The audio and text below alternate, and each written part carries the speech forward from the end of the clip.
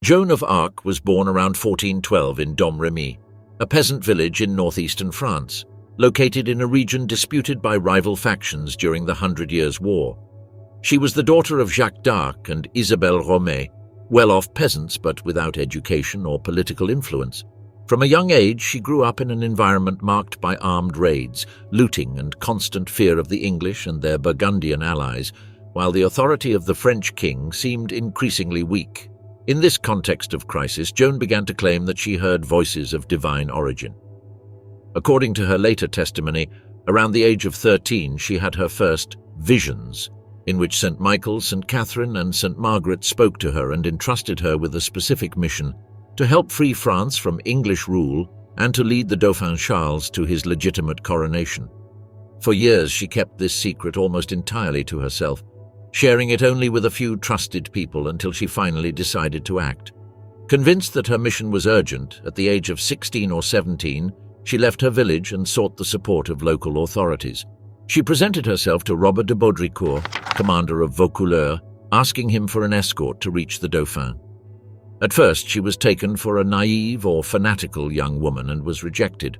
However, her persistence and the spreading of her story among the local population drew attention. Over time, Baudricourt agreed to provide her with a small armed escort to travel to where the heir to the French throne was. To make the journey through dangerous territories, Joan wore men's clothing, something exceptional for a woman of her time. That decision, later used against her, had practical logic: protection in a hostile environment and greater safety while traveling with soldiers. Her group finally arrived in Chinon, where the Dauphin Charles was. The young peasant, without rank or courtly training, managed to be received. In Chinon, Charles decided to test her. One gesture recounted by several chroniclers was that the future king mingled with the courtiers, and Joan recognized him without having seen him before, reinforcing her reputation for being guided by something extraordinary. Before trusting her, she was sent to Poitiers to undergo interrogations and examinations by theologians and canon law doctors. They wanted to ensure that her visions were neither heretical nor the result of deceit. After these investigations, no reason was found to condemn her, and with certain reservations she was authorized to accompany the French army. Armed with armor and carrying a white banner with religious figures, Joan joined the force marching toward Orleans, a city besieged by the English for months. She was not a formal strategist in the technical sense, but she wielded great moral influence. She demanded that the soldiers confess, avoid blasphemy, live with greater discipline, and continuously urged them to the offensive. During the battles, she remained on the front line with her banner, encouraging the troops. She was wounded by an arrow but quickly returned to the siege, which increased the admiration she inspired in the soldiers. In May 1429, the French managed to lift the siege of Orleans. This victory had enormous psychological and political effects. After a long series of defeats and humiliations, the French army finally achieved a decisive triumph over the English.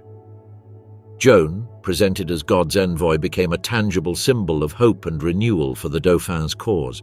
After Orléans, she pressed to advance toward Reims, the traditional coronation city of French kings, largely controlled by hostile forces. The campaign was risky, but the cities surrendered or opened their gates to the royal army. On July 17, 1429, in Reims Cathedral, Charles was anointed and crowned as Charles VII. Joan was by his side during the ceremony, holding her banner as proof that her mission had been fulfilled. The Dauphin, considered illegitimate by many, was now a crowned king. However, the war did not end with the coronation. From that moment on, Joan's political weight within the court began to generate tensions. Some nobles and advisors distrusted her influence, considered her too impulsive, or feared that her charisma would overshadow the king's authority. At the same time, she continued demanding vigorous military actions to expel the English from the rest of the territory. In 1430, during the defense of Compiègne, Joan was captured by Burgundian forces, allies of England. She was taken prisoner while trying to cover the retreat of her troops toward the city. Instead of being treated as a simple prisoner of war, she became a political trophy. The Burgundians handed her over to the English in exchange for a considerable ransom. For the English, the opportunity was obvious. Joan had been the central figure in legitimizing Charles VII, so discrediting her meant attacking the legality of his reign as well. Transferred to Rouen in territory controlled by England, Joan was confined in a civil prison under the custody of English soldiers and not in a convent or ecclesiastical jail, as would have been customary for someone accused of religious crimes. There, she was chained and constantly watched. Bishop Pierre Cauchon, a political ally of the English and opponent of the party supporting Charles VII, took charge of the trial against her. The trial was presented as ecclesiastical, but was heavily influenced by clear political motivations. The trial formally began in January 1431. Joan faced a court mostly composed of hostile clerics or those dependent on English power. She was denied defenders and legal advisors, left alone against experienced lawyers and theologians. The main accusation was heresy, though she was also charged with superstition, witchcraft, and refusal to submit to the authority of the Church. The interrogations, extensive and meticulous, focused on three main topics: her visions and voices, her obedience to the Church, and her wearing of male clothing. Joan remained firm in asserting that her voices came from God and had never contradicted the Christian faith. When asked if she was in God's grace, she replied that if she was not, she asked God to place her in grace, and if she was, she asked him to keep her there, thus avoiding a theological trap. No good Christian could claim absolute certainty of their state of grace. Regarding obedience to the Church, she distinguished between the militant Church, the men judging her, and God's ultimate authority. She claimed that while she respected the Church, she could not deny the direct experience of the voices guiding her. About the male clothing, she explained that she wore it for protection in a male-dominated prison environment where she was in physical and sexual danger, and because she considered it consistent with the mission God had given her. Despite her answers, the court sought a conviction. Through the fear of death by fire, they managed to get Joan to sign an abjuration in which she agreed to submit and abandon certain aspects of her conduct, including male clothing. Consequently, the death sentence was replaced by life imprisonment. She was transferred to a different cell, but remained under English custody. A few days later, however, she was found again wearing male clothing. Joan claimed that her female clothes had been removed or that she had been forced to resume the previous attire, and maintained that her voices had told her not to abandon what she considered a divine mandate. The court used this fact to accuse her of relapsing into heresy. According to ecclesiastical rules, a repeat heretic could be handed over to secular justice for execution. With the decision already made, the date of the final sentence was set. On May 30th, 1431, Joan was taken from prison and led to the Old Market Square in Rouen. Numerous witnesses, both English and French, gathered to witness the punishment. She wore a simple garment and was tied to a post over a pyre of wood and straw. A preacher delivered a sermon, and the sentence declaring her a stubborn and relapsed heretic was read. Before the fire was lit, Joan asked for a crucifix. An English priest gave her one, and another ordered a large crucifix to be held in front of her so she could see it as she died. According to various accounts, she called out to Jesus several times, proclaimed her beliefs, and remained in prayer as the flames engulfed her. She died at around 19 years old. After her death, her body was reduced to ashes and the remains were thrown into the Seine. It was ordered that nothing be left that could be preserved as a relic. Far from erasing her memory, these acts reinforced the impression that she had been a victim of an unjust trial. Over time, European politics changed. Charles VII consolidated his position as King of France and decades later authorized an official review of the trial. In 1456, a review tribunal examined the acts of the Rouen trial, heard testimonies from those who knew her, and analyzed the irregularities committed. The conclusion was that the original trial had been flawed by political pressure, procedural errors, and manifest bias. The conviction was annulled, and Joan was declared innocent, officially presented as a victim of an unjust sentence and rehabilitated in the eyes of the Church. William Wallace, 1305, dismembered. At the end of the 13th century, Scotland was going through a profound crisis.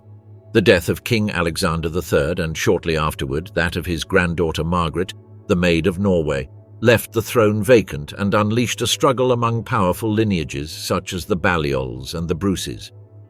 Edward I of England took advantage of the situation to intervene, impose himself as an arbiter and in practice attempt to subjugate Scotland. When his armies invaded the kingdom in 1296, many Scottish nobles surrendered or swore loyalty. In this context, the figure of William Wallace emerged as an unexpected leader of the resistance. According to tradition recorded by late medieval sources, Wallace was born in 1270 in Elderslie in Renfrewshire, in the Scottish Lowlands. He was the son of a minor landowner, Malcolm Wallace, and Margaret Crawford, also from a locally influential family. He was therefore not a penniless peasant, but part of the rural minor nobility, which gave him access to weapons, contacts, and a broader education than usual. In his youth, he was reportedly destined for the clergy, educated by an ecclesiastical uncle in Dunipace near Stirling, where he learned Latin, French, Gaelic, and English, languages useful for both diplomacy and warfare. Wallace's early biography is full of gaps and legends. Later chronicles, such as Blind Harry's poem written almost 2 centuries afterward, mix facts with heroic tales that are difficult to verify. Some traditions attribute a marriage to Marion Braidfute and her violent death at the hands of the English as the trigger for his rebellion. Others portray him as a bandit pursued by English justice even before becoming a national leader. What the sources do record is that in 1296, in the town of Ayr, Wallace led an attack against the English detachment, killing many soldiers. He was captured and imprisoned, but managed to escape and began gathering men, teaching them to fight against the occupation.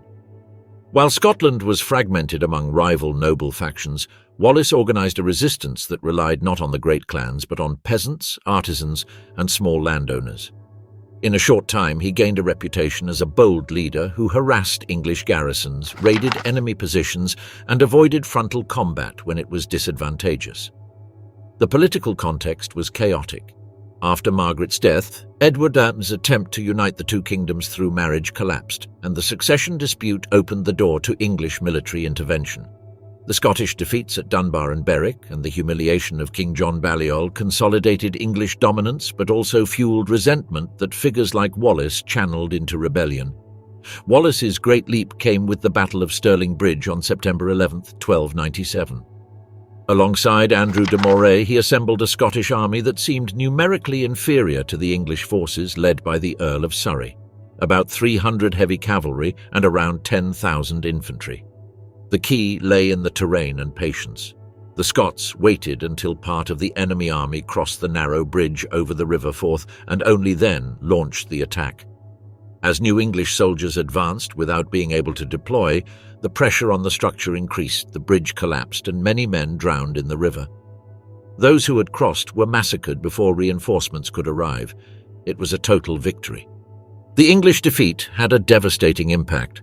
Edward's treasurer in Scotland, Hugh de Cressingham, died in the battle, and chronicles narrate that the victors flayed his body and kept strips of skin as trophies.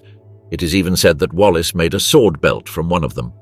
Whether literal or exaggerated, the detail reflects the brutality of the war and the Scottish effort to turn victory into a message of terror for the occupier.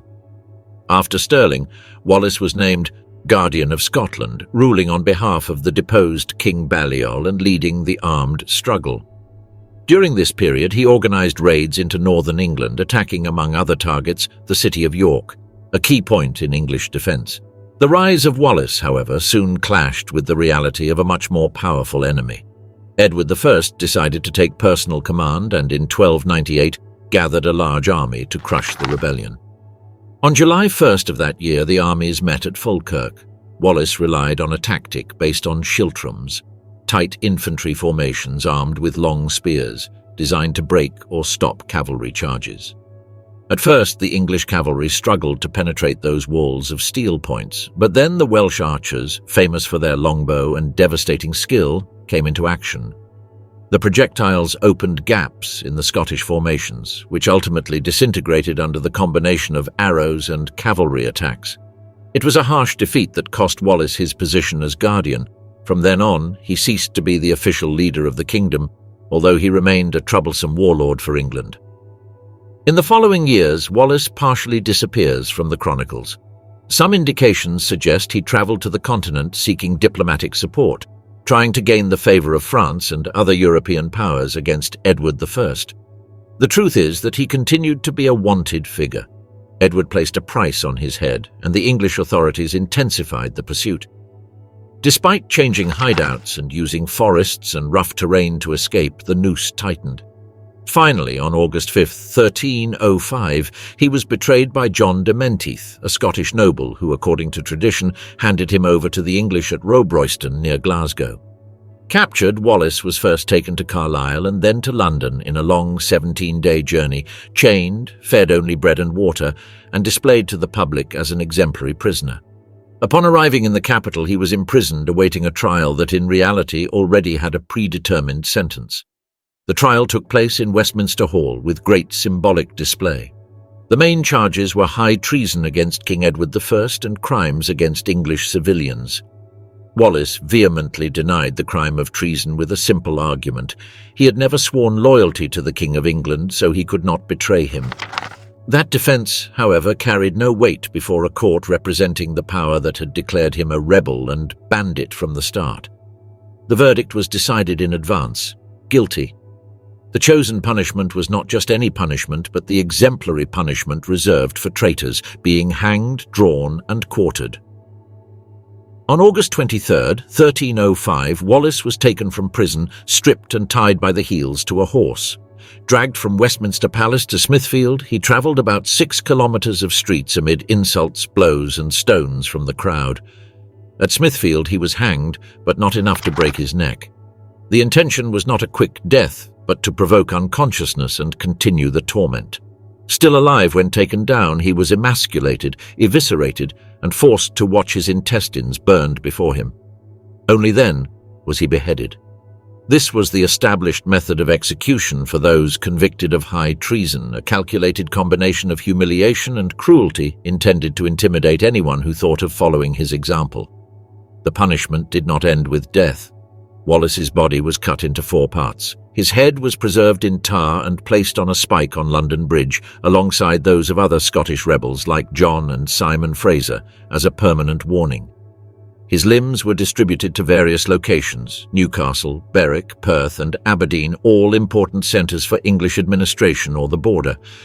The idea was for Scotland to see, in various points of the kingdom, pieces of its leader hanging as a trophy. Phoebe even recounts the version that one of his feet may have been buried in Aberdeen, while the rest of his body disappeared forever.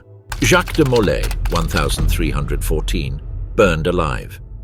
Jacques de Molay was born in the Free County of Burgundy around 1245, into a minor noble family linked to the lordship of Rahon and the town of Molay. Like many knights of his time, he found a career in the military orders, and in 1265 he was admitted as a Templar at the Bone House, in the presence of the Visitor of France and other dignitaries of the order. By the late 13th century, he had already spent years in the East, participating in the defence of the last Crusader strongholds and in the complex alliances that sought to halt the Mamluk advance. After the fall of Acre in 1291 and the withdrawal to Cyprus, the Templars reorganized their forces. It was in this context, around 1292 to 1293, that Jacques de Molay was elected the 23rd and last Grand Master of the Order of the Temple. From this position, he sought to reform the institution, strengthen the defence of Cyprus, and promote a new crusade, moving among European courts and negotiating with popes and kings. The problem for de Molay was that while the order was losing military influence in the Holy Land, it was gaining enormous economic power in Europe. The Templars managed fortunes, guarded deposits, and granted loans to great lords and monarchs, including the King of France, Philip IV the Fair. At the beginning of the 14th century, the French economy was on the brink of collapse: devaluations, social unrest, and a heavily indebted crown to the temple. According to chronicles and later studies, Philip IV, advised by Guillaume de Nogaret and with the complicity of the royal confessor Guillaume Imbert, saw the Templars as a double solution: eliminate an independent power and seize their assets. At the same time, the new Pope, Clement V, installed in French territory, pressured to study the merger of the military orders, something de Molay opposed. When the Grand Master travelled to France in 1306 to 1307 to discuss these issues and respond to rumours about internal abuses, he believed a canonical trial would clarify the accusations. In reality, he was entering a carefully prepared trap. On the early morning of Friday, October 13, 1307, following secret orders sent by the king, a mass arrest of Templars was carried out throughout the Kingdom of France. In Paris, Jacques de Molay was detained along with the knights of the central house of the Temple. The charges were spectacular: renouncing Christ and spitting on the cross during initiation, obscene kisses, unnatural practices, idolatry toward an alleged bearded head called Baphomet, sacrilege in the Mass, and pacts with the devil. Interrogated by royal agents at the University of Paris, de Molay, under pressure and threats of torture, eventually confessed that the rite included denying Christ and desecrating the cross, and signed a letter urging the other Templars to admit the same. Under this pressure, Clement V eventually ordered the arrest of Templars throughout Christendom, although he never entirely lost the intention of controlling the process himself and preventing it from being a mere settling of accounts by the French king. The power struggle between Philip IV and Clement V marked the following years. The Pope sent cardinals to interrogate de Molay and the main dignitaries, and in their presence the Grand Master retracted the confessions extracted by royal agents. To manage the case, Clement issued the bull Faciens Misericordiam and convened a council in Vienne to judge the future of the order, separating the judgment of individuals from that of the institution. In 1308, the Templar leaders were taken to Chinon Castle and subjected to a new interrogation by papal legates. From this episode emerged the document known today as the Chinon Parchment, which records that the Pope granted sacramental absolution to Jacques de Molay and other Templar leaders, readmitting them into the communion of the Church after their retractions. This absolution did not save the order as an organization. In 1312, during the Council of Vienne and under strong French pressure, Clement V decreed the dissolution of the order, though without formally declaring it heretical. While the fate of the order was being discussed, the repression in France intensified. Philip IV used previously obtained confessions to target Templars who still resisted. Between May 10th and 12th, 1310, 54 brothers were burned at the stake as obstinate heretics. De Molay, due to his rank, remained imprisoned for years, enduring interrogations, pressures, and strategic shifts between the crown and the curia. By early 1314, almost 7 years after his arrest, his fate was finally decided. The cardinals, in agreement with the Archbishop of Sens and other prelates, scheduled a public ceremony in Paris to announce the sentence to the Templar leaders. The scene took place in front of Notre Dame Cathedral before a crowd called to witness the outcome of a trial that had shaken all of Europe. That day, Jacques de Molay and Geoffroy de Charnay, Templar Master of Normandy, heard that the penalty prescribed for them would be life imprisonment. It was a harsh sentence, but far less severe than the stake. However, when the act seemed closed, both rose and changed the course of history. Before the cardinals and the crowd, they declared that they had lied to save their lives, that the accusations against the order were false, and that the order was pure and holy. In seconds, these words canonically made them relapsed, heretics who, having confessed, retracted their official confessions. The prelates were stunned, but had no time to react. The news reached the king, who was enraged to learn that, in public, the Grand Master and his companion had challenged the entire legal structure of the trial. Philip IV quickly consulted his advisers.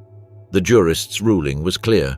A relapsed heretic must be handed over to the secular arm to be burned without further delay. That very evening, at sunset on March 18, 1314, a pyre was erected on a small islet of the Seine, the Île des Juifs, or Island of the Jews, located next to the Île de la Cité, near where the Pont Neuf stands today. Jacques de Molay and Geoffroy de Charnay were led there. Other sources also mention 2 other Templar dignitaries, but the focus was on the Grand Master, who became a symbol of the order's end. Chronicles describe a fire arranged to burn slowly, prolonging suffering, unlike other executions where the flames consumed the victim quickly. Witnesses agree that de Molay displayed a serenity that impressed the crowd, refused to retract again, and endured the torment without shouting, earning among many Parisians the reputation of a martyr. It was at that moment that the most enduring legend associated with his death was born. According to accounts transmitted since the 14th century and later elaborated while the flames enveloped him, Jacques de Molay raised his voice to proclaim the order's innocence and entrust himself to divine judgment. He addressed his words to those he considered responsible for the conspiracy: Pope Clement V, King Philip IV, and his advisor Guillaume de Nogaret. The version preserved by French tradition and modern authors puts a precise formula in his mouth. He supposedly summoned Clement to appear before God's tribunal within 40 days, and Philip within this year, warning that misfortune would fall upon them and all who had condemned innocents. In other versions, his curse also reaches the king's descendants, announcing the end of his dynastic line within a few years. Subsequent events fueled this belief. On April 20th, 1314, barely a month after the execution, Clement V died from a serious illness. That same year, Philip IV died on November 29th after an accident during a hunt that resulted in a stroke. Guillaume de Nogaret, the main architect of the attack against the Templars, also died in 1314, probably poisoned. In less than 15 years, between 1314 and 1328, the king's 3 male heirs and their grandchildren disappeared, and the direct Capetian line ended after nearly 3 centuries on the French throne. For many contemporaries, this chain of misfortunes was proof that Jacques de Molay's curse had been fulfilled, and chronicles began to speak of cursed kings, a label later popularized by historical literature. Thomas Becket, 1170, murdered in the cathedral. Thomas Becket was born in London, in the commercial district of Cheapside, around 1119 or 1120, son of Gilbert Becket, a wealthy merchant of Norman origin, and Matilda. He grew up in an urban environment linked to commerce and administration, not in the rural world of the feudal nobility. He received basic education with the Augustinians and completed studies in London schools and possibly in France, where he became familiar with Latin, law, and ecclesiastical culture that dominated 12th century Europe. His career took off when he entered the service of Theobald, Archbishop of Canterbury. In the Canterbury Curia, he stood out for his administrative capacity and his skill in diplomatic affairs, which allowed him to travel to Rome and deal directly with the papal curia. The archbishop saw in him a capable man and entrusted him with increasingly important positions, eventually making him Archdeacon of Canterbury with significant responsibilities in the governance of the English Church. In 1155, thanks to Theobald's recommendation, Becket was appointed Chancellor of King Henry II, a key position that placed him at the centre of power. As Chancellor, Becket became the king's closest collaborator. He managed royal revenues, negotiated with the nobles, accompanied the monarch on military campaigns, and represented royal authority throughout the kingdom. At this stage, he lived a lavish life, surrounded by a large household, banquets and luxury, which contrasted with the austerity he would later show. The relationship with Henry II was one of personal trust and political friendship. The king saw in him a loyal ally to strengthen control over the nobility, and as far as possible, over the church. When Archbishop Theobald died in 1161, Henry II saw the opportunity to consolidate his authority by appointing Becket as his successor in Canterbury. He thought that if his faithful chancellor became head of the English Church, the crown could better control the clergy and its courts. Becket tried to dissuade the king, warning him that as archbishop he would be obliged to defend ecclesiastical privileges, but he finally accepted. In 1162, he was ordained a priest and the following day consecrated Archbishop of Canterbury. The role change came with a personal transformation.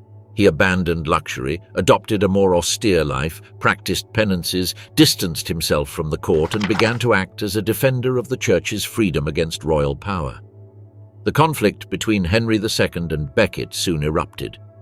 One of the most delicate points was the status of criminal clergy, that is, members of the clergy accused of common crimes whom the crown wanted to judge in royal courts, while Becket defended the exclusive competence of ecclesiastical courts. The king tried to formalize in writing the customs that limited the church's jurisdiction in the so-called Constitutions of Clarendon of 1164. Becket, after initial hesitation, refused to accept them in conscience. The tension escalated until the archbishop was accused of disobedience and embezzlement and summoned before an assembly of nobles and bishops. Convinced that his life was in danger, he fled England and sought refuge in France under the protection of King Louis VII. For 6 years, Becket lived in exile, first at Pontigny Abbey and then in other monasteries, while an intense diplomatic battle unfolded between Henry II, Pope Alexander III, and the Archbishop himself. The Pope, in full conflict with the German Emperor and rival anti-popes, could not break with the English king, but could not abandon the main defender of ecclesiastical autonomy either. There were selective excommunications, threats of interdict over England, and constant negotiations.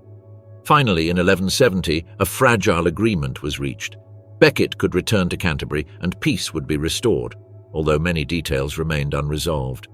The reconciliation broke almost immediately. In June 1170, while Becket was still on the continent, the Archbishop of York, along with the bishops of London and Salisbury, crowned Henry's eldest son, the so-called young king, at Westminster, usurping the traditional privilege of Canterbury. For Becket, it was a direct attack on his dignity and the historical rights of his see.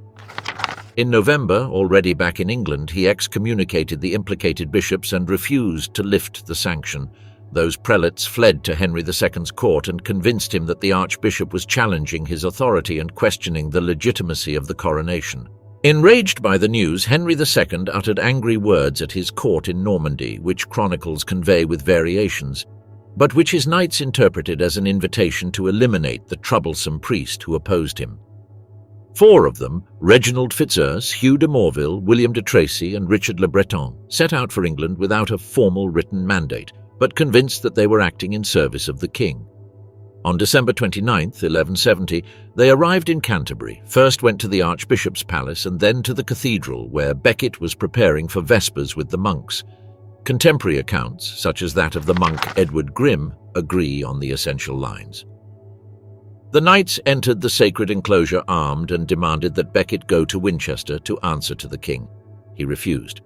The monks tried to close the church doors, but the Archbishop ordered them to keep them open, stating that the house of God should not be turned into a fortress. When the knights searched for him, shouting, "Where is Thomas, the king's traitor?" Becket replied, "Here I am, not as a traitor, but as Archbishop and priest of God." The attackers first tried to drag him out of the cathedral, but Becket clung to a column of the transept. Then they drew their swords and attacked him there beside the altar. The first blow struck his head, a second split his skull, and according to Grimm's famous description, part of his brain and blood was scattered on the stone floor. The murder of an archbishop within his own cathedral and in a liturgical space shook all of Christendom. Within days, accounts circulated highlighting the sacrilegious nature of the crime and the courage with which Becket had accepted death for the name of Jesus and the freedom of the Church. His body was hurriedly prepared for burial, and it was discovered that beneath his episcopal vestments he wore a rough hair shirt, a sign of hidden penance. He was buried in the crypt of Canterbury, but soon miracles began to be attributed to his intercession. Healings, protection of pilgrims, answers to prayers. News of these wonders spread across England and the continent. Popular pressure and the impact of the case led Pope Alexander III to act quickly. On February 21, 1173, just over 2 years after the murder, Becket was officially canonized as a martyr in Segni.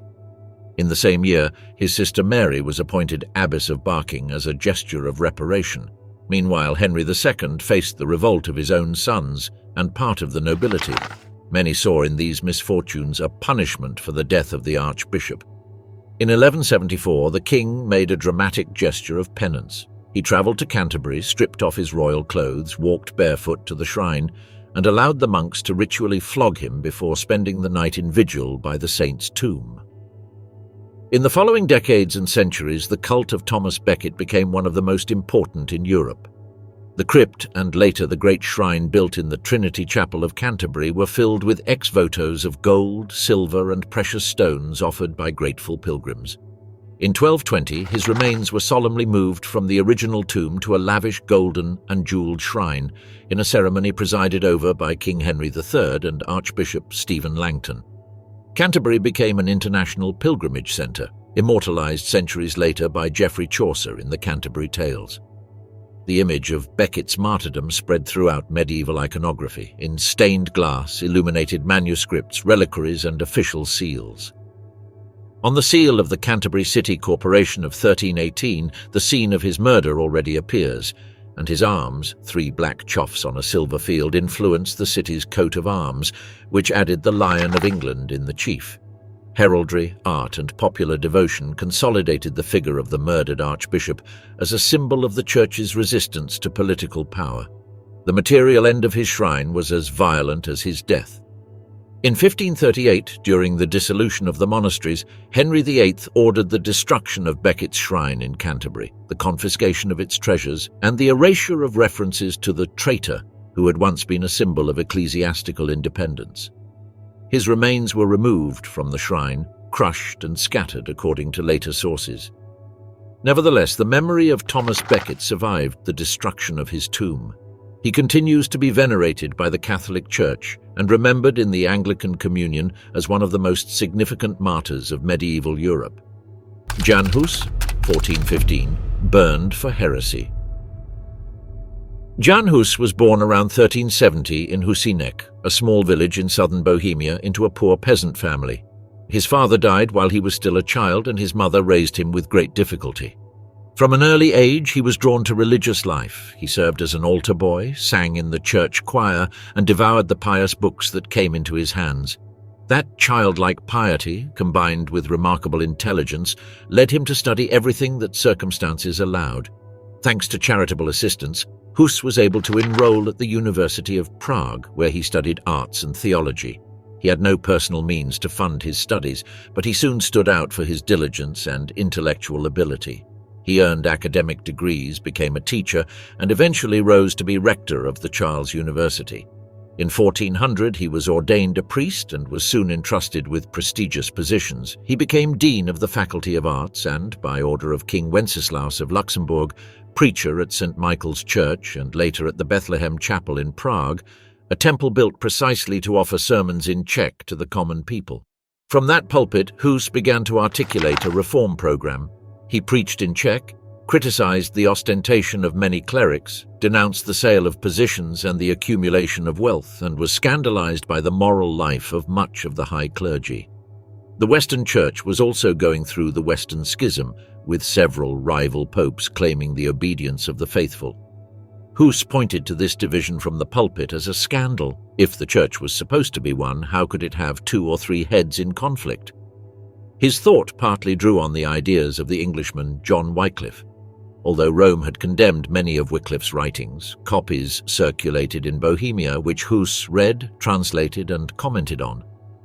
From Wycliffe, he adopted the concept of the true church as a community of the predestined, the primacy of Christ over any pope, and criticism of a hierarchy too closely tied to power and money. Hus did not mechanically copy his theses, but used them to reinforce his own critique of ecclesiastical abuses in Bohemia. The reaction was not long in coming.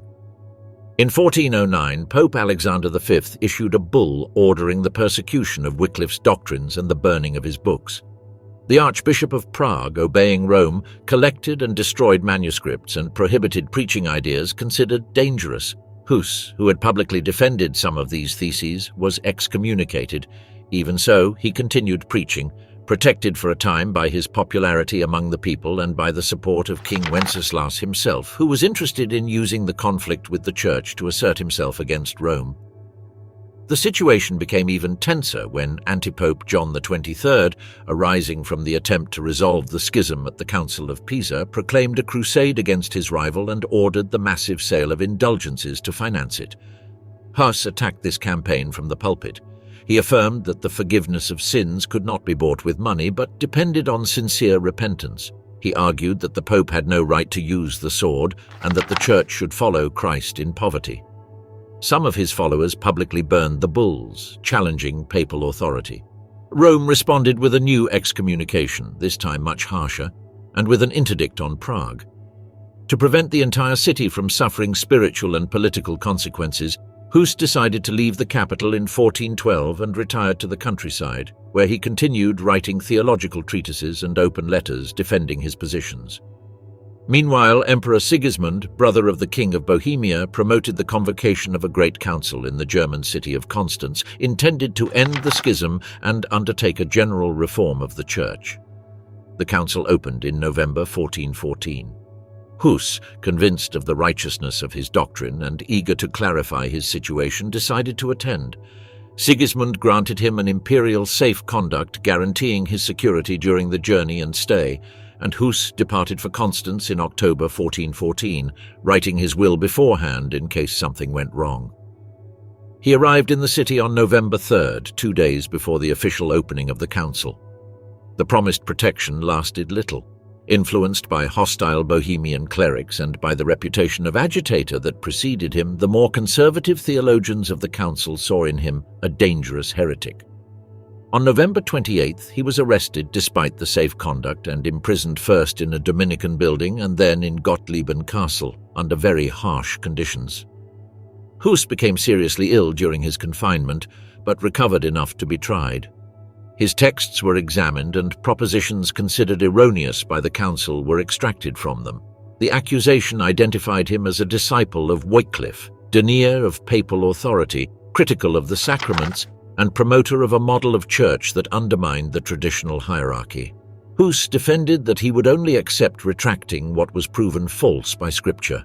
He stated that he had criticized specific abuses, not the institution itself, and that his intention had always been to lead the Church to greater fidelity to the gospel. In one of the decisive sessions, he was required to submit unconditionally to the council's judgment and to abjure the contested doctrines. Hus replied that he could not declare heresies what he believed true, nor affirm the opposite of his conscience without sinning against God.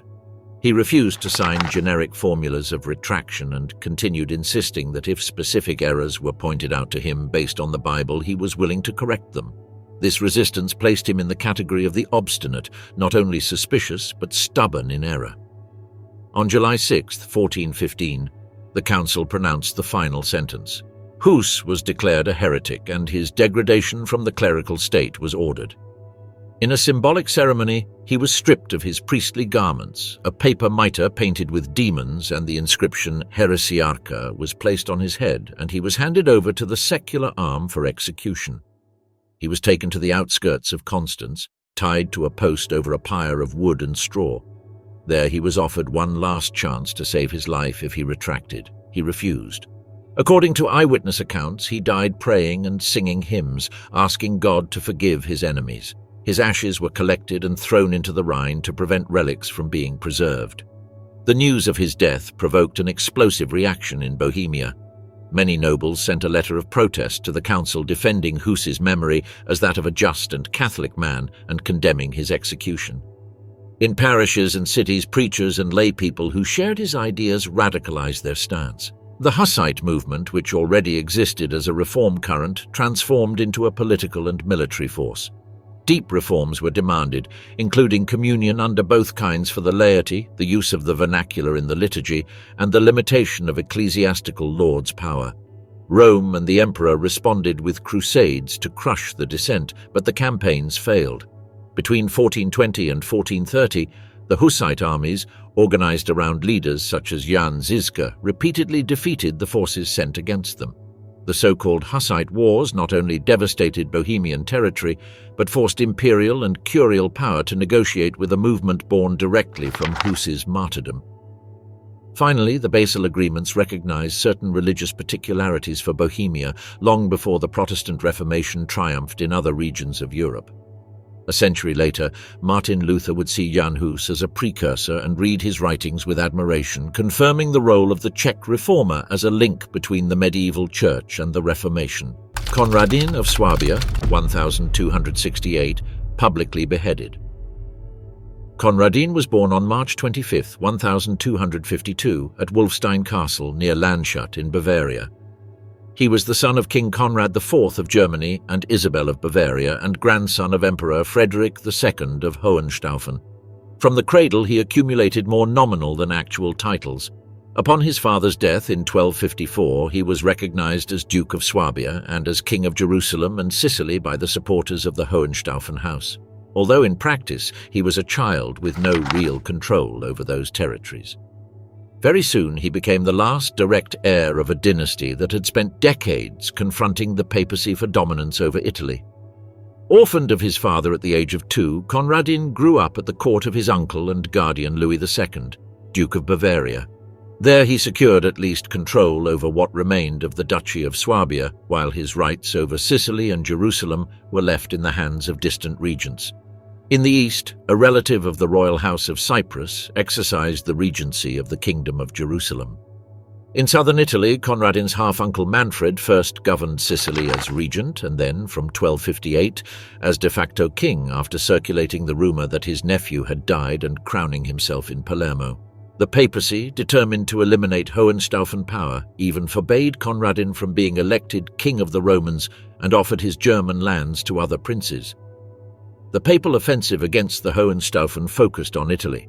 Manfred, who refused to recognize the Pope's supremacy over Naples and Sicily, was declared an enemy of the Church. Pope Urban IV sought an armed force capable of expelling him and found it in Charles of Anjou, brother of King Louis IX of France. With financial support based on taxes on the French clergy and loans from Florentine bankers, Charles assembled a mercenary army and crossed the Alps. In 1266, at the Battle of Benevento, Manfred was defeated and killed, and the new Angevin king took control of southern Italy. In the eyes of many Italian Ghibellines, however, the legitimate heir remained the young Conradin, who stayed in Germany.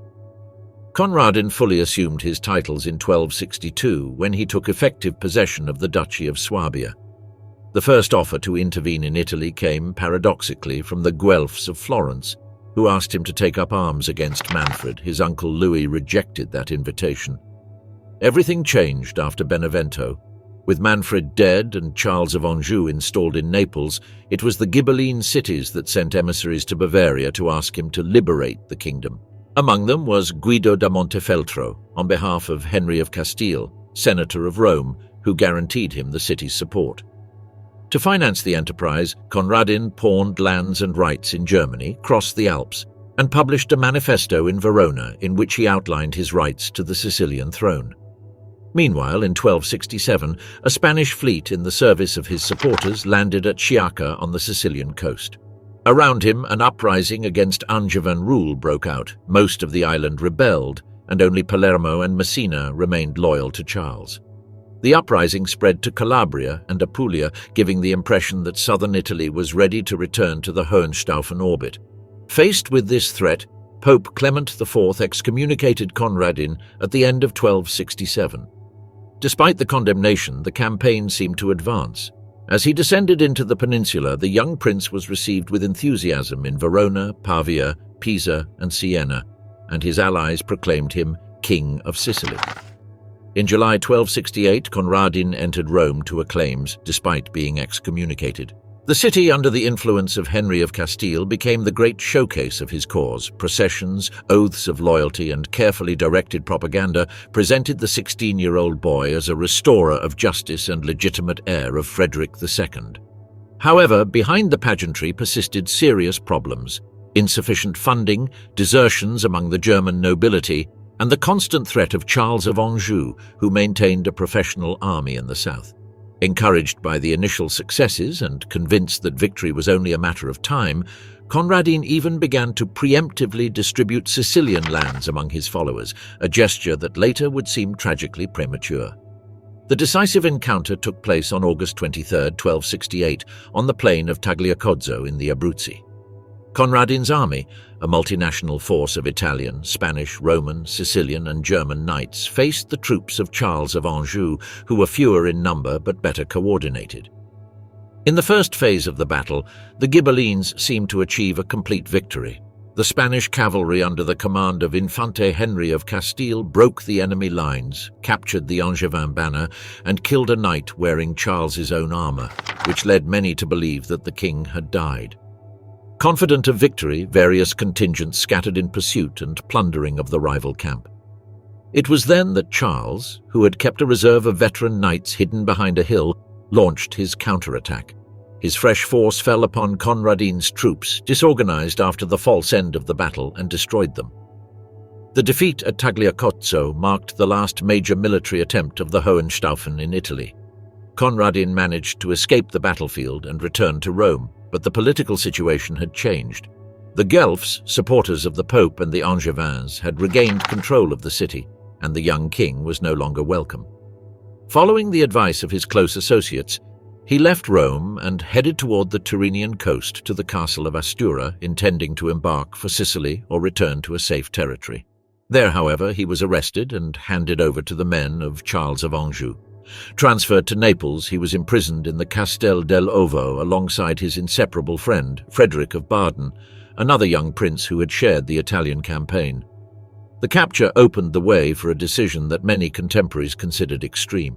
Instead of keeping Conradin as a valuable hostage or negotiating his exile, Charles decided to put him on trial. In Naples, a court was convened that, under the authority of the king, examined the charges of lèse-majesty, treason against the church and the legitimate monarch of Sicily. The outcome was practically predetermined. Despite the youth of the accused and his status as an imperial prince, the court found him guilty and sentenced him to death. Later chronicles emphasize the impact of the sentence on European courts.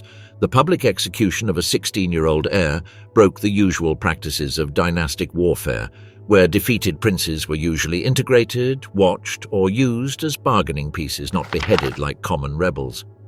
The execution took place on October 29, 1268, in the public market of Naples, the Piazza del Mercato. Conradin and Frederick of Baden were led from their prison to the scaffold in the midst of a crowd that, according to several accounts, ranged from tense silence to displays of compassion for the condemned youths. On the scaffold, they were allowed to say goodbye and pray. Then, one by one, they were beheaded by the executioner. An engraving and numerous later paintings, such as the 19th century scenes depicting the execution of Conradin, King of Sicily and Duke of Swabia by order of Charles of Anjou after the Battle of Tagliacozzo, fixed in the European visual memory the image of the kneeling adolescent surrounded by soldiers and clerics. At the moment, the sword fell on his neck. With Conradin's death, the direct male line of the Hohenstaufen ended, along with the project of that house to dominate Italy and the southern peninsula in a stable manner. His execution consolidated Angevin power in Naples, although a few years later the Sicilian Vespers uprising would separate the island from the continent and open a new chapter in the struggle for Sicily. The remains of Conradin and Frederick of Baden ended up buried in the church of Santa Maria del Carmine in Naples, founded by Conradin's mother for the salvation of his soul. There in 1847, the Bavarian Crown Prince Maximilian ordered a marble monument designed by the Danish sculptor Bertel Thorvaldsen, depicting the young prince as a political martyr. In the Codex Manesse, a collection of 14th century German poetry, 2 songs attributed to Conradin are also preserved, and 19th century Romantic literature and painting revived him as a tragic symbol of an imperial lineage broken on a Neapolitan scaffold. Hugh Despenser the Younger, 1326, executed for treason. Hugh Despenser the Younger was born around 1286, son and heir of Hugh Despenser the Elder, future Earl of Winchester, and Isabella de Beauchamp, linking him to 2 of the most influential noble families in England at the beginning of the 14th century. From a very young age, he moved in the environment of the court and the Welsh borders, and before the age of 30 he had accumulated key positions: Knight of Hanley in Worcestershire, King's Chamberlain, Constable of Odiham, and responsible for several strategic posts in England and Wales, such as Portchester, Driselwyn, Cantref Moor, and the city and castle of Bristol. In May 1306 he was knighted at Westminster, and that same summer married Eleanor de Clare, granddaughter of King Edward I. The marriage settled an important debt that the crown owed to Hugh's father, and at the same time connected him directly to the royal family. Despenser's fortune soared when Eleanor's brother, the Earl of Gloucester, died at the Battle of Bannockburn in 1314. His wife became one of the 3 heiresses of the vast county of Gloucester, and through her, Hugh acquired Glamorgan and other possessions in the Welsh Marches. In a few years, he went from being a virtually landless knight to one of the richest magnates in the kingdom. The connection with the Plantagenet dynasty was reinforced when Edward II, Eleanor's nephew, ascended the throne. Despenser approached the court initially by joining the opposition against Piers Gaveston, the king's first great favourite, who was also his brother-in-law by marriage. After Gaveston's execution, the position of favourite was vacant, and Hugh knew how to occupy it. In 1318 he was appointed royal chamberlain, with constant access to the monarch and great influence over appointments, grants, and political decisions. From then on, his ambition overflowed. Taking advantage of his closeness to the king, he seized Welsh lands from his wife's inheritance, ignoring the rights of his brothers-in-law. He forced Alice de Lacy, Countess of Lincoln, to cede properties, deceived his sister-in-law Elizabeth de Clare to take Gower and Usk, also dispossessed another sister-in-law, Margaret de Clare, and even tortured a noblewoman, Lady Barrett, to madness. In 1315, he forcibly took Tonbridge Castle, and in 1318 ordered the execution, without authorization, of the Welshman Llywelyn Bren, a hostage under his custody, an act perceived as political murder. His violence and greed earned him enemies at all levels of society: peasants and townspeople affected by his abuses, barons marginalized from the court, and especially Queen Isabella of France. Medieval sources and much of modern historiography describe Despenser not only as a political favorite, but as Edward II's lover. Some chronicles openly accuse him of sodomy and present him as responsible for separating the king from his wife. Other scholars emphasize that Isabella's hatred was as much or more due to the humiliating treatment she received and the way Despenser deprived her of income and properties. In 1321, tension exploded in the so-called Despenser War. A coalition of barons managed to force the exile of Hugh and his father. The elder Despenser fled to Bordeaux while the younger turned to banditry in the English Channel. Chronicles describe him as a sea monster, lying in wait for merchants, attacking ships and plundering cargoes. But the baronial alliance soon fragmented, and Edward II took advantage of internal rivalries to defeat and execute the Earl of Lancaster and subdue other rebellious nobles. Regaining the initiative, the king called the Despensers back in 1322. Hugh returned to court with more power than ever. The following years were remembered as a period of true tyranny. With the noble opposition decapitated after the defeat at Boroughbridge, father and son effectively controlled the administration, enriching their network of clients through confiscations, bribes, and dubious legal maneuvers. Despenser repeatedly pressured for the execution of Roger Mortimer, one of his main enemies. Although the king kept him imprisoned in the Tower of London, Mortimer managed to escape in 1323 and fled to France, where he became a key figure in the revenge being prepared. Queen Isabella travelled to France under the pretext of negotiating an agreement between Edward II and the French king, but in exile she forged an alliance with Mortimer. Some later versions even speculate that Despenser attempted to bribe French courtiers to assassinate her, sending barrels of silver as payment, which would have further hardened the break. In October 1326, Isabella and Mortimer landed in England with about 1,500 mercenaries. Most of the nobility, tired of the Despensers' rule, quickly joined them. Very few came to Edward II's aid.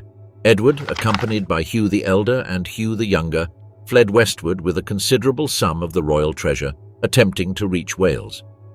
The advance of Isabella and Mortimer's troops, however, was swift. The elder Despenser was captured and executed in Bristol on October 27, 1326, hanged in his armour, beheaded and quartered. The king and his favourite continued their flight, but by mid-November they were abandoned by most of their followers and captured near Neath. Edward was imprisoned and shortly after forced to abdicate in favour of his son, the future Edward III. Hugh Despenser the Younger was reserved for exemplary punishment. Before the trial, Despenser attempted suicide by starving himself, aware that he could expect no mercy. On November 24, 1326, he was brought before a court in Hereford, presided over by Mortimer and the Queen. He was accused of treason and theft, of sowing discord between the king and queen, and of returning to England after formal exile. Found guilty, he was sentenced to the maximum penalty, to be hanged, drawn, eviscerated, beheaded and quartered, a punishment reserved for the most hated traitors. The execution deliberately sought public humiliation. Hugh was tied to a plank and dragged by 4 horses to the scaffold, amid insults from a crowd watching the kingdom's most feared man fall. There he was hanged, but the rope was cut before he died. He was stripped, and on his skin, biblical verses against pride and wickedness were written. The executioner climbed alongside him and amputated his penis and testicles, which were thrown into the fire before his still conscious eyes.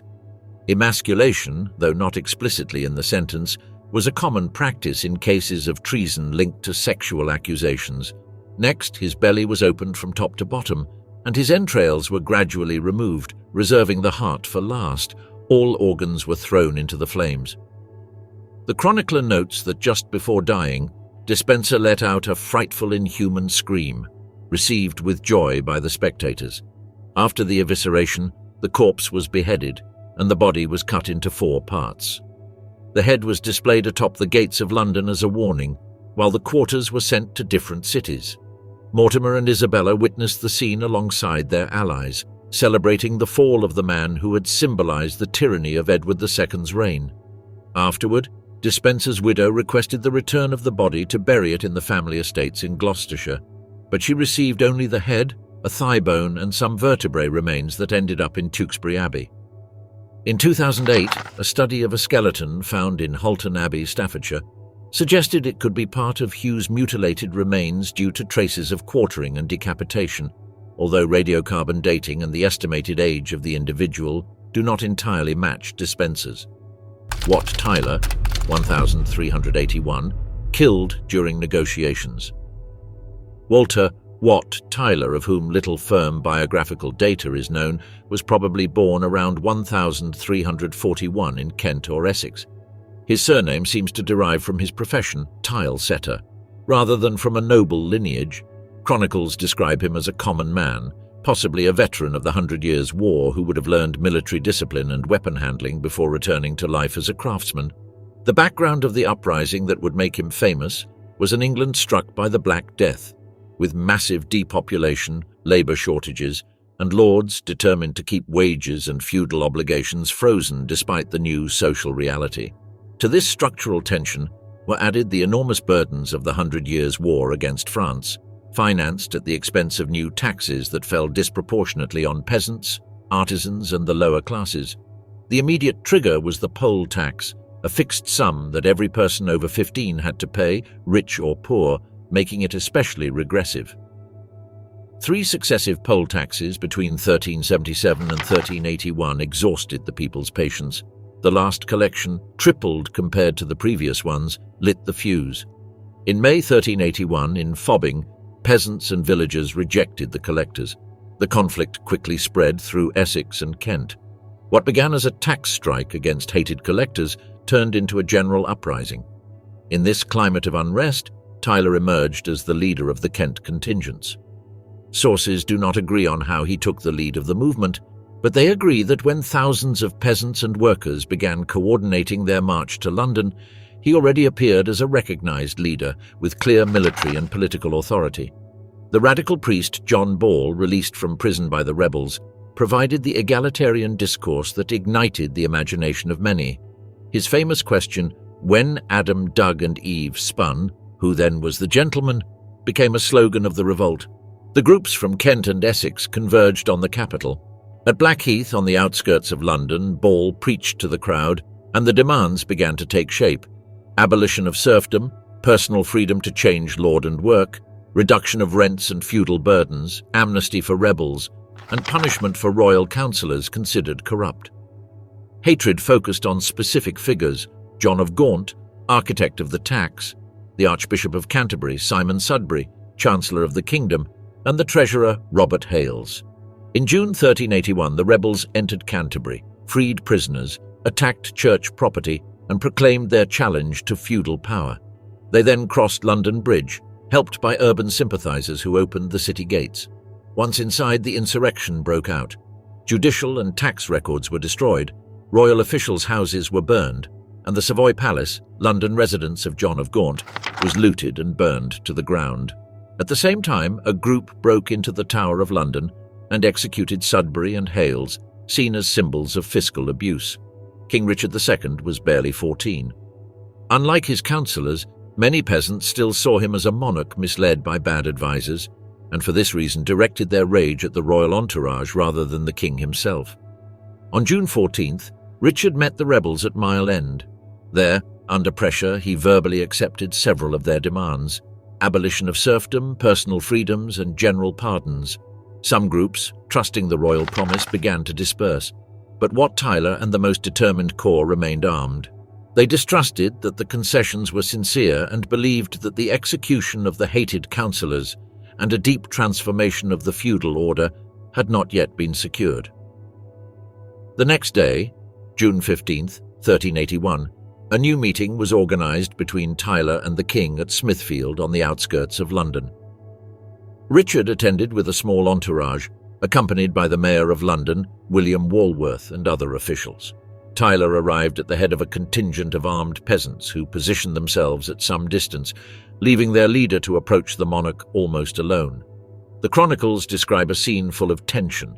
Tyler, aware of his strength, treated the king with a familiarity that scandalized the nobles, asked for water to rinse his mouth in full view, and presented radical demands again, reiterating the abolition of serfdom, free labor hiring, direct access to the king without intermediaries, and the execution of certain detested figures. In the midst of the negotiation, a clash occurred. A servant of the king, Sir John Newton, called Tyler the greatest thief of Kent. Tyler responded angrily, and Mayor Walworth intervened to stop him. Versions vary, but agree that weapons were drawn. Tyler tried to attack Newton or Walworth himself. The mayor struck him with his sword on the neck and head, and another man from the royal entourage, possibly Ralph de Standish or John Cavendish, delivered a stab to his body. Gravely wounded, Tyler managed to retreat a few meters on horseback before falling. He was taken to a nearby hospital, but Walworth pursued him, had him removed, and back at Smithfield ordered his immediate beheading. The reaction of the peasant army, seeing their leader fall during the negotiation, almost turned Smithfield into a massacre. Thousands of armed men hesitated between attacking or fleeing. At that moment, Richard II rode toward them and, according to the chronicle, pronounced the phrase that would mark the turning point: "You shall have no captain but me." He assured them that Tyler had been knighted and that their demands would be addressed, and invited them to march to the St. John Meadows, where the leader would meet them later. The rebels, still trusting the king's figure, withdrew from the place without knowing that Tyler had already been executed. Wat Tyler's head was placed on a pike and displayed on London Bridge, as a warning to anyone thinking of repeating the challenge. Without their military and political leader, the revolt began to collapse. Richard II quickly revoked all the concessions he had made at Mile End and Smithfield. Militias loyal to the nobility and the crown were organized, which pursued and executed the remaining peasant leaders. John Ball was captured, hanged and quartered. Jack Straw was beheaded. Other local leaders met the same fate in summary trials. The 1381 uprising did not achieve its immediate stated objectives and was harshly crushed. But the scale of the rebellion impressed the elite so much that over time, serfdom receded, and the most extreme feudal burdens became politically unsustainable. Wat Tyler's death during negotiations that were supposed to be peaceful marked the abrupt end of the largest social uprising against feudalism in medieval England, and fixed him in memory as a commoner leader whose treacherous execution sealed the immediate defeat of the revolt, but also initiated long-term changes in the relationship between lords and peasants. Margherita Porretta, 1310, burned for heresy. Margherita Porrette, born around 1250 in the county of Hainaut in the Valenciennes region, was a lay mystic associated with the Beguine movement, women devoted to prayer and charitable works without living under a strict monastic rule. Inquisitorial records describe her as a Beguine clergesse, and modern studies emphasize her high level of education. She mastered the scriptures, knew courtly culture, and skillfully handled the literary forms of her time, something unusual for a laywoman of the 13th century. Her central work is The Mirror of Simple Souls, an allegorical treatise of 139 chapters that narrates, largely in the form of a dialogue between figures such as the soul, love, or reason, the inner journey of the soul toward union with God. The text, written in vernacular French, consciously uses resources of courtly love literature to translate into spiritual terms a language familiar to readers. The lover's fidelity, waiting, desire, and total surrender become images of divine love. Porrette structures this journey into 7 stages or degrees, in which the soul progressively sheds its supports until reaching what she calls the country of freedom. The ultimate goal is the state of the annihilated soul, a soul that has renounced everything, including its own will, to remain only in the will and desire of God. At this level, she says, the soul has everything and therefore has nothing, wants everything and wants nothing, knows everything and knows nothing, a formula that condenses her idea of absolute freedom in God without calculation or personal merit. These claims were risky in the medieval theological context. Porete maintained that a soul truly united with God no longer needs to rely on virtues pedagogically, and that, in that state, it is above the usual system of commandments, rewards, and punishments, without falling into moral license. The Church could interpret these ideas as an invitation to disobey moral law and ecclesiastical authority in the name of an inner experience, especially suspicious in a book written in the vernacular and intended for laypeople. Between the late 13th and early 14th centuries, the manuscript began circulating in urban environments in northern France. Between 1296 and 1306, the Bishop of Cambrai, Guy de Colmieu, examined one of Margarita's books and condemned it as heretical.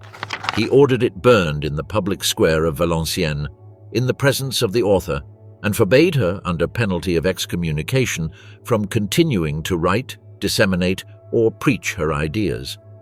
Margarita did not fully comply.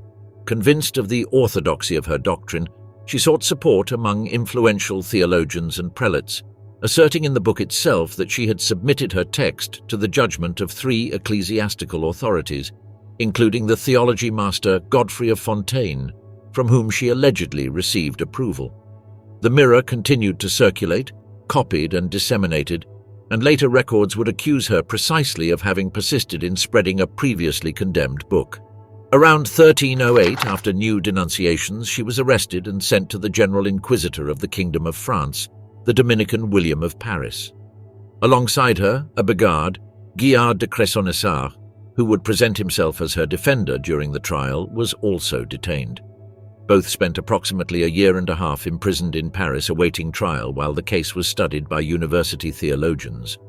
The procedure against Porete was unusual. The Inquisitor apparently submitted 15 propositions extracted from the mirror to a commission of 21 Parisian masters, who declared them heretical, including figures such as Nicholas of Lyra.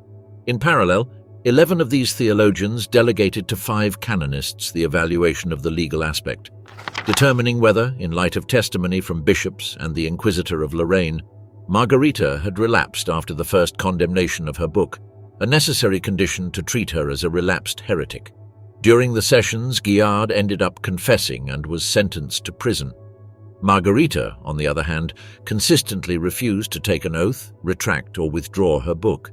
She maintained a stubborn silence that her judges interpreted as defiance, and that her later defenders would see as consistent with the phrases in the mirror, where the free soul does not respond to one who is not of its spiritual lineage. The Inquisitor even referred to her as pseudo-mulier, false woman, highlighting the challenge her figure posed to the female model of obedience and submission. On May 31, 1310, a commission of 3 bishops declared her guilty of relapsed heresy. She was handed over to the secular arm and sentenced to die at the stake along with her book. The following day, June 1, 1310, at the Place de Grève in Paris, she was burned alive before a large crowd. Chronicles note that many spectators were moved by the serenity with which she faced her ordeal. It was the first time in Paris that a woman was executed for heresy by fire with the explicit consent of King Philip the Fair. After the execution, fragments of the mirror were used at the Council of Vienne in 1311 to condemn the so-called Brotherhood of the Free Spirit and to restrict the movements of Begards and Beguines as well as the circulation of religious texts in the vernacular. However, the work survived. It was translated into Latin, Italian, and Middle English, circulated anonymously or attributed to male authors, and continued to be copied in monastic and secular environments during the 14th and 15th centuries. Only in 1946, when researcher Romana Guarnieri identified the anonymous texts with the Beguine executed in 1310, was the name of Margarita Porete recovered as the author of The Mirror of Simple Souls. Pierre de Brezé, 1465, fallen in the war for power. Pierre de Brezé was born around 1410 into a family of minor Angevin nobility, the Lords of Brezé, without great titles but well embedded in the network of regional loyalties. His father, Pierre I de Brezé, and his mother, Clémence Carbonel, passed on modest lands, But the son would turn that starting point into one of the most brilliant careers in 15th century France, dying on the front line in the service of the monarchy. His rise began in the context of the final phase of the Hundred Years' War. In 1433, he participated in the palace coup that overthrew the royal favourite Georges de la Trémoille, a manœuvre promoted by Yolande of Aragon and Constable Arthur de Richemont to remove Charles VII from the influence of an unpopular clique. De Brézé, who carried out la Trémoille's arrest, thus earned the king's gratitude. He was knighted in 1434 and soon entered the royal council. In 1437, he was appointed Seneschal of Anjou and in 1441 of Poitou, positions that concentrated military and administrative power in key provinces. During the Praguerie of 1440, a revolt of great lords against Charles VII's authority, Pierre de Brézé remained loyal to the monarch and fought on the royal side. That loyalty earned him lasting hatred from the heir, but consolidated his position as a trusted man of the king. In the following years, he distinguished himself in campaigns against the English. He fought in Normandy from 1440 to 1441 and in Guienne in 1442, and played a key role in operations around Pontoise that allowed the English to be expelled from Île-de-France. As a reward, in 1441 he received the title of Count of Évreux. From 1442, also thanks to the support of the royal favourite Agnes Sorel, de Brézé was appointed Chamberlain of Charles VII and became the most influential figure at court, even displacing old allies such as Richemont himself. His years of maximum power between 1444 and 1450 coincided with the most prosperous stage of the reign: tax reforms, army reorganization, and territorial recovery against England.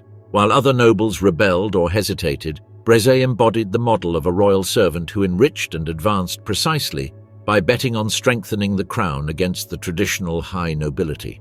After Agnes Sorel's death in 1450, his influence declined, but he continued to hold important positions.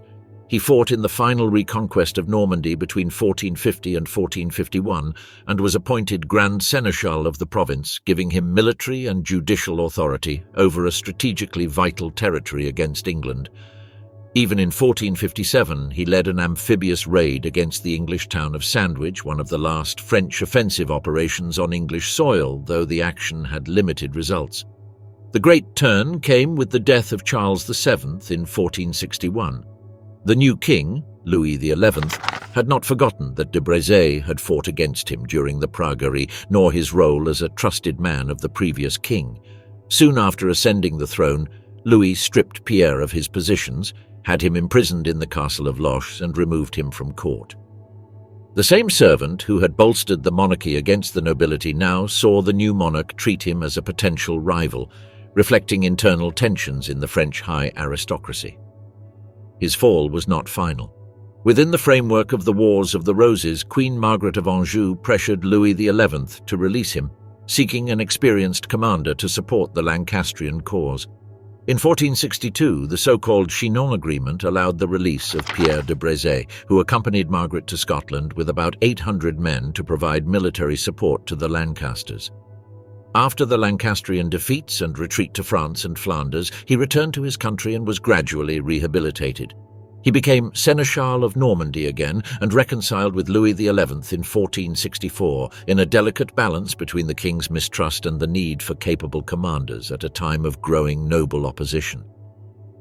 In 1465, the War of the Public Good broke out, a great coalition of princes and high lords against Louis XI's centralizing policy.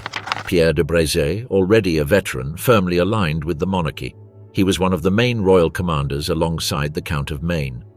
On July 16, 1465, at the Battle of Montlhéry near Paris, he commanded the right wing of the king's army against the Burgundian troops of Charles the Bold. His men managed to break through the enemy lines, creating for a moment the impression of a royal victory. In the skirmish, however, de Brézé fell in combat. His soldiers, enraged by the death of their leader, launched into a massacre that disorganized their own ranks. The overall result of the battle was indecisive, but it allowed Louis XI to make his way to Paris.